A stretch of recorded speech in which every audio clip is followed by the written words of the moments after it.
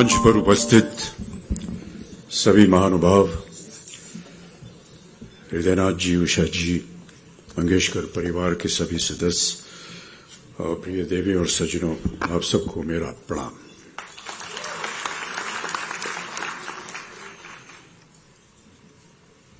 ये मेरे लिए बड़े सौभाग्य की बात है कि आज का ये पुरस्कार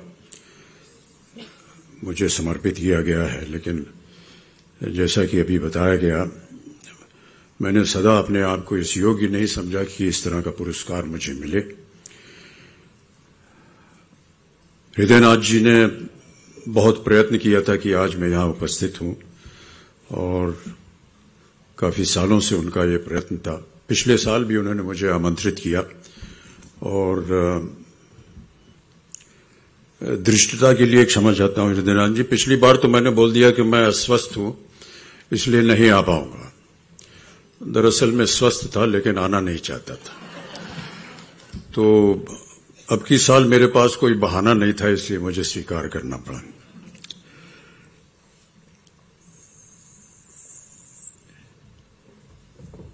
कुछ बातें जो है मैं आपके साथ हिंदी में कर रहा हूं। ऐसे ही एक कार्यक्रम में मैंने जब हिंदी में बोलना शुरू किया तो इधर ही जनता से आवाज आई, ये मराठी मराठी। तो मैंने हाथ जोड़ करके उनसे क्षमा मांग ली और कहा कि मराठी शिकत आए और बच गया। लेकिन ये जो वाकया हुआ था इसको 10-12 साल हो गए हैं और अभी तक मैं मराठी नहीं सीख पाया।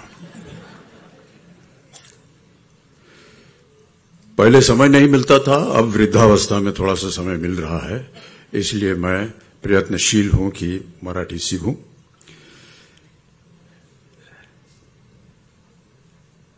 लता जी का स्नेह और प्यार मेरे परिवार पे और मुझ पर हमेशा रहा है और हमें जितना आदर सम्मान उन्होंने दिया है उसका मैं वर्णन नहीं कर सकता हूं।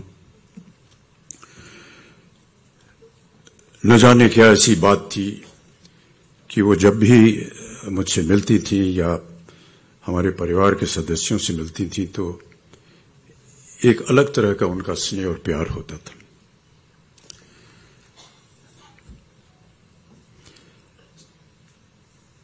आपने देखा होगा कि पिछले वर्षों में हमारे जितने फिल्म जगत के कलाकार हैं वो विदेश जाते हैं मंच पर कार्यक्रम करने। उनका गीत होता है, गायन होता है, नृत्य होता है। शायद लोगों को पता नहीं कि इस तरह के कार्यक्रम मैं भी किया करता था और एक तरह से माना जाए तो इसकी शुरुआत जो है वो मुझे लता जी की देन मिली थी कि इसकी शुरुआत की जाए। ये शायद बहुत से लोगों को पता नहीं, 1981 की बात है। मैं न्यूयॉर्क में था और हमारे एक मित्र आए, कहा कि लता जी न्यूयॉर्क में हैं और वो आपसे मिलना चाहती हैं। तो मैं लता जी से मिलने गया। उन्होंने कहा, अमिताभ जी, मेरा यहाँ मंच पर एक कार्यक्रम है मैडिसन स्क्वायर गार्डन, जो कि बहुत ही विख्यात अमेरिका का एक स्टेडियम है। वहां पर एक हॉल है फेल्ट फोरम, जहां पर उनका कार्यक्रम होना था। उन्होंने कहा, यहां मैं चाहती हूं कि आप 2 मिनट आकर के मेरी एक प्रस्तुति कर दें। लता जी का प्रस्तुति करना ये मेरे लिए समझ में नहीं आया कैसे कह रही हैं, लेकिन क्योंकि वो लता मंगेशकर हैं इसलिए मैंने उनकी बात मान ली और मैंने कहा, ठीक है लता जी, मैं आ जाऊंगा। जाने लगा तो फिर उन्होंने कहा, अमिताभ जी सुनिए, हमने सुना है कि अभी आपने अपनी एक फिल्म में गाना गाया है। अरे मैंने कहा, नहीं लता जी, वो देखिए वो हल्का फुल्का वो शादी ब्याह में नोक शोक होती रहती है, उस तरह का एक गाना था। हमारे निर्देशक ने हमको होली के दिन सुना और उन्होंने कहा कि इसको फिल्म में डालना है, तो उन्होंने डाल दिया। फिल्म का नाम था लावारिस, गाना था मेरे अंगने में। अब हमारी हालत बहुत खराब हो गई क्योंकि हमने पहले कभी ऐसा किया नहीं था। लता जी ने आग्रह किया तो हम गए और बड़ी कठिनाई से हमने किसी तरह वो गाना वहां गा दिया। जनता में कुछ लोग जो थे वो ताली वाली बजा दिए, कुछ लोग खड़े होकर के नाचने लगे। जो हमारे मित्र थे उन्होंने ये देखा, उन्होंने कहा भाई साहब अब हर साल आपका कार्यक्रम होगा अलग अलग देशों विदेशों में, और इस तरह ये कार्यक्रम शुरू हुआ। ये 80 के दशक की बात है, तो इसका श्रेय जो है ये लता जी को जाता है। तत्पश्चात लता जी के साथ मंच पर उपस्थित होने का सौभाग्य मुझे कई बार मिला, और कई बार उनके साथ एक परफॉर्मेंस भी था, वो भी किया।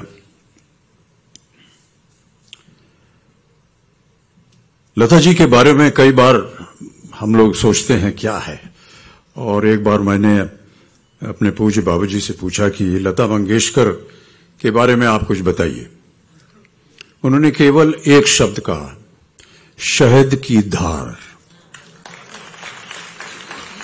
मिठास उनके गायन में शहद की तरह, और क्योंकि शहद की जो लय है वो कभी टूटती नहीं, इसलिए उनका स्वर जो है वो कभी टूटता नहीं। ये है लता मंगेशकर।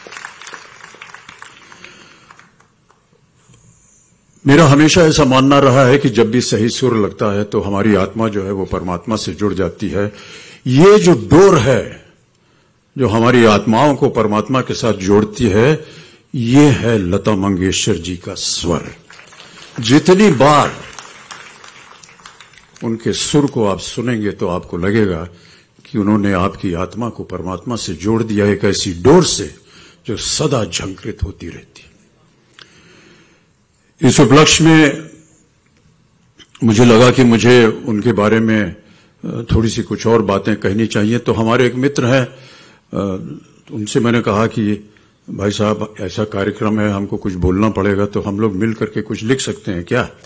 तो उन्होंने और हमने मिल करके एक छोटी सी चंद शब्द लिखे हैं। अगर आपकी आज्ञा हो तो उसको मैं पढ़ के सुनाना चाहूंगा।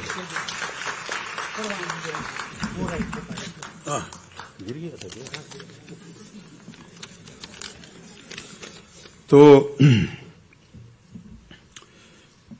ये जो शब्द है इसको एक शीर्षक भी दिया हुआ है, और शीर्षक है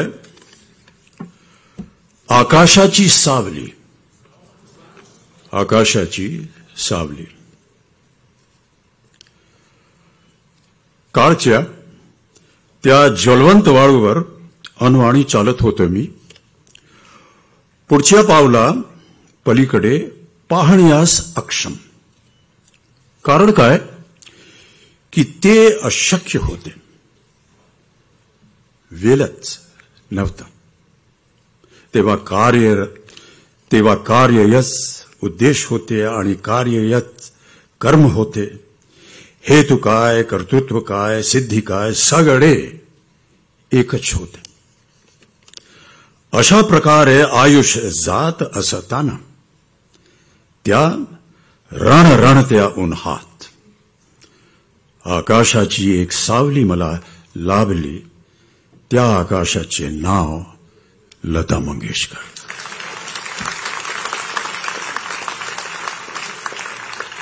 माझ्याकरिता लता दीदीचे स्वर हा संगीताचा परिचय होता, हीच संगीताची परिभाषा होती, हीच संगीताची व्याख्या होती।